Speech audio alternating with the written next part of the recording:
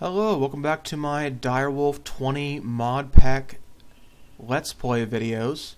When we last left off, we had made our grindstone so we can double our ore production, which is going to be helpful because we're going to need a lot of iron to make armor when we go exploring and other various things. But today we're going to be focusing on Tinker's Construct. I did want to show you one thing I forgot to mention from the last video, which is about Wayla. If you see, it says crafting table and it says Minecraft. Minecraft means it's vanilla. It's not from a mod. Look at a mod object, I can see which mod it's from. The grindstone is from Applied Energistics. That's all I have in the mod world right now. But I'm going to make the first thing from Tinker's Construct, which is a crafting station. You take a crafting table and just put it in your crafting area, you get a crafting station. The crafting station is pretty much the same as a crafting table, except if you leave things in here by mistake, which everyone has done at one point, it stays in there. So that's very handy. Crafting station, a little bit better than crafting tables. So if we go back, we're going to get this Materials in U book. The Materials in U book, when you read it, it tells you all the basics of Tinker's Construct, getting started, and recipes. So this will tell you how to make blank patterns, stencil tables, part crafters, pattern chests, tool stations, and so on. Now there are 3 Tinker's Construct books, and you spawn in with the first one in your inventory. It's that first thing you get. So we need to make those 4 stations so that we can start Tinker's Construct. So I need wood, I need planks, I need sticks, I need another crafting table, I need a chest. Okay, so if we go into NEI mod.tinkers, here are the things we need. We need a tool station. A tool station is a blank pattern on top of a crafting table. We're going to need some blank patterns. So blank patterns are sticks and planks. And we can make 8 of them right now. I will go ahead and make 8. The tool station is a crafting table with a blank pattern. And as you see, once we made that, we got this second book, Materials in U, which is the same name as the first book, but it's volume 2, so the red one is volume 2. Then we can build the part builder. It's a piece of wood and a blank pattern. Let's see, okay, it's using oak, well, that's what I wanted. The pattern chest is a chest and a blank pattern. And the stencil table is a plank and a pattern. Okay. Alright, now that we have our 4 basic tools, what do we do with them? Well, we have to set them down somewhere, so I'm going to put them, I think, right here. So let's see here.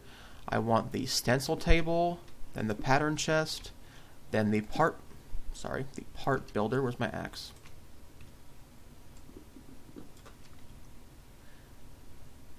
The part builder and the tool station.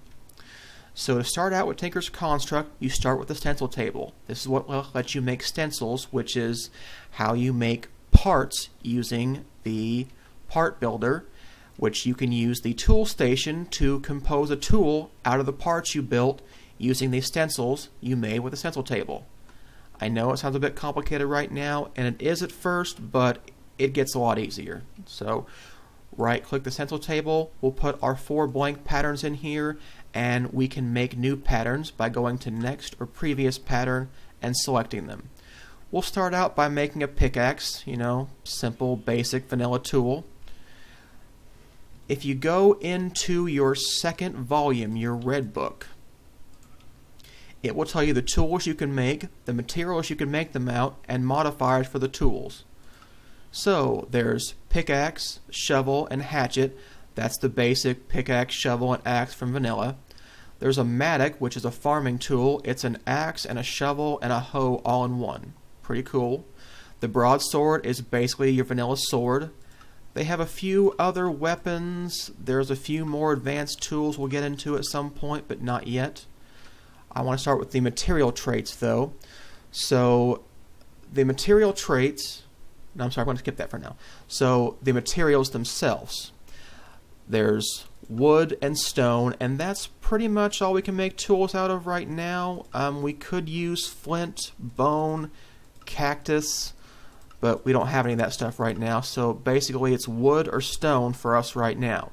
We cannot make metal tools using the materials that we have right now. We need the smeltery for that, which we can't make just yet, but we'll get into that in a future episode. So the properties of different materials are listed in the red book. The durability of wood is 59. You've got 59 uses and the tool breaks. The handle modifier is 1.0. Now the handle modifier affects the durability of the tool. A 1.0 modifier means that it won't affect the tool. You multiply 1.0 by 59, you get 59. That's the same. So wood is a good early material to make tool rods out of because it won't affect the durability. Unlike stone, which has a 0.5 handle modifier.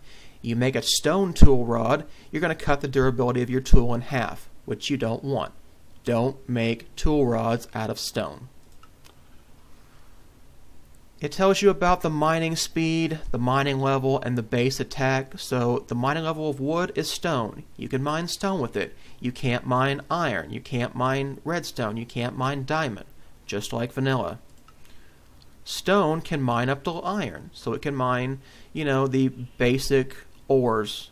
The vanilla ores, it can't mine gold, and it can't mine redstone. You need iron tools for that, which we can't make yet.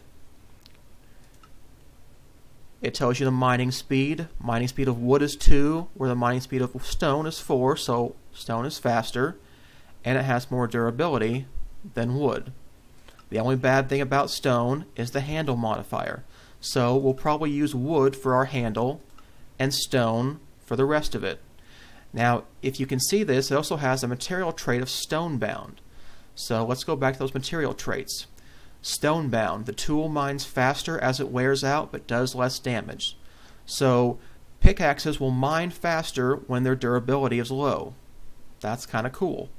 It does less damage, so you don't want stone bound on a sword, but you probably do want it on a pickaxe. So how do we make tools? Well, we go back to that stencil table.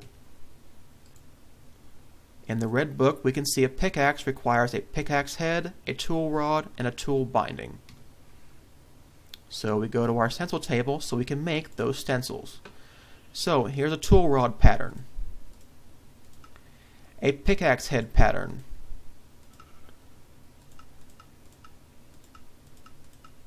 and a tool binding pattern.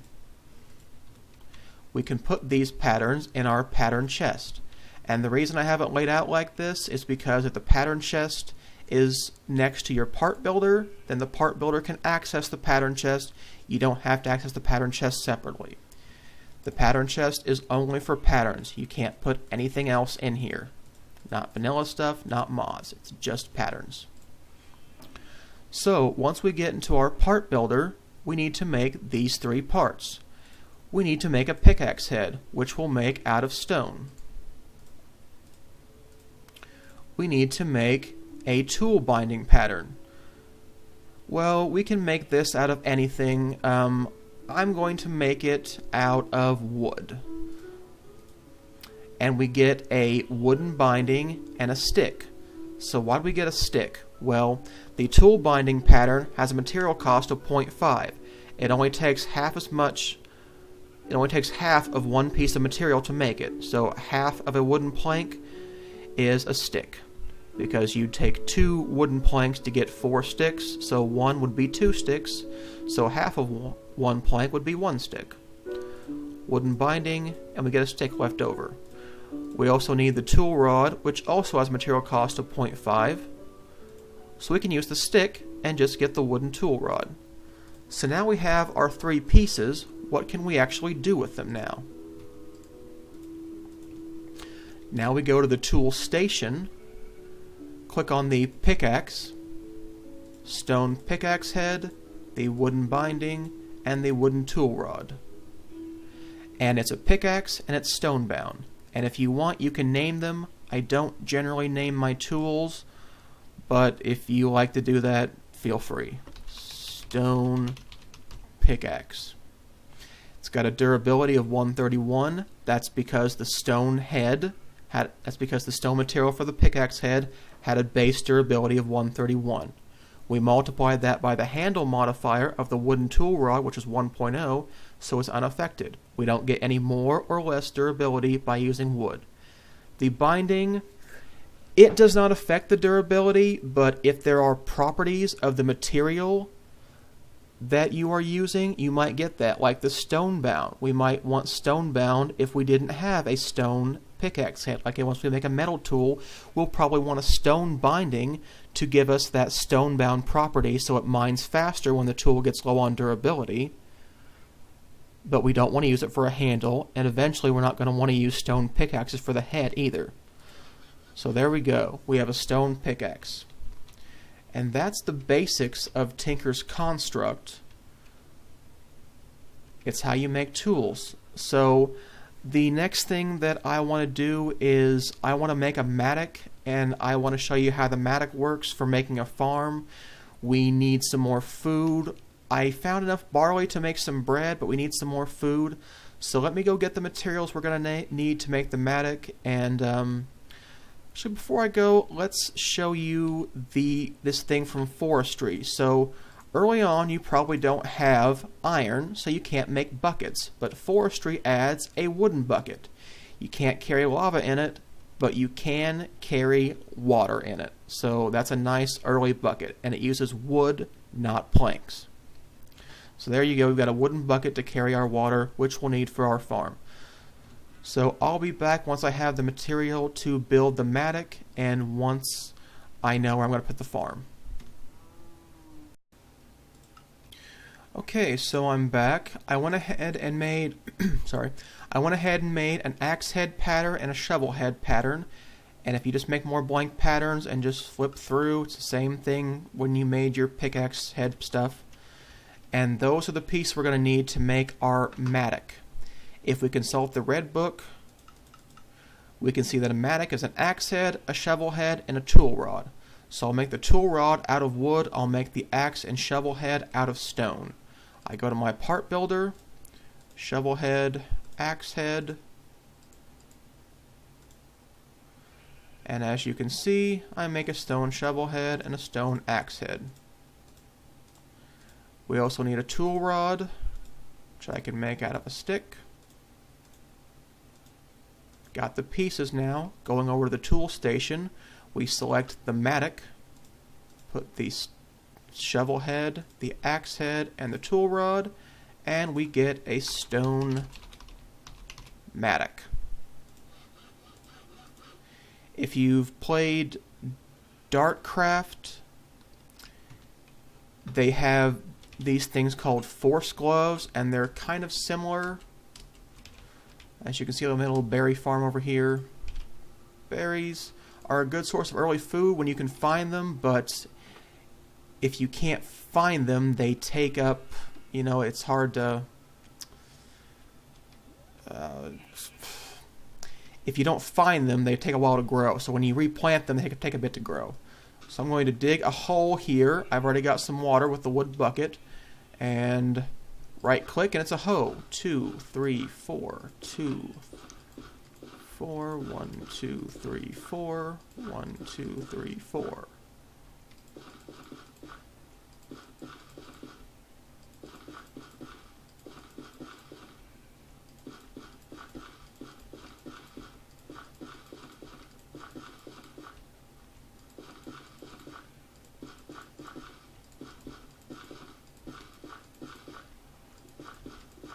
Go away, sheepy.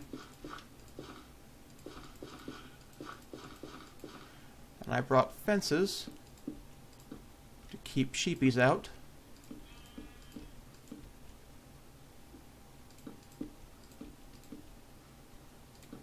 I think I brought too few.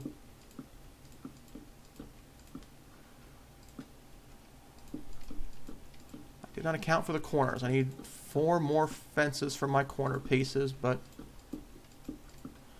other than that, we're pretty good. Alright, sun's going down. I'm going to go sleep, and I will come back and plant it, but that's pretty much how the Mattock works. And I made myself an infinite water source here, so the Mattock is just one of the many nice tools added by Tinker's Construct. So in the next episode, I'm going to start mining, try to look for some iron, get me some iron armor to protect me from some of the mobs that are going to be down when I go mining. If I can find some iron, I need clay and I need sand and gravel, and then we can start working on the smeltery from Tinker's Construct. Once we have a smeltery, we can do metal tools. Not just iron, we can do any kind of metal tools. Not any kind, really, but there's a lot of things we can do with the smeltery. So we will work on that in the next episode. Catch you later.